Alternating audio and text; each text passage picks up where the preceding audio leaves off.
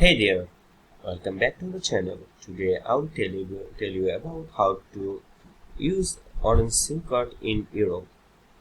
An Orange SIM card refers to a SIM card provided by the mobile network operator Orange, offering services like mobile data, calls, and SMS, particularly in Europe, through offering like Orange Holiday Europe. So how you can use it? So for this, first go to travel.orange.com. Then select your destination. Then you will see their available plans here. Then choose your preferable plan from here.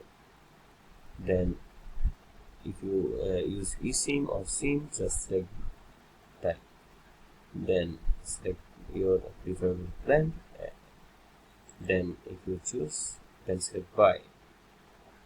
Then follow the instructions to buy your preferable plan. And that's how you can use Orange SIM card in Europe. If you found this video helpful, then don't forget to give a like.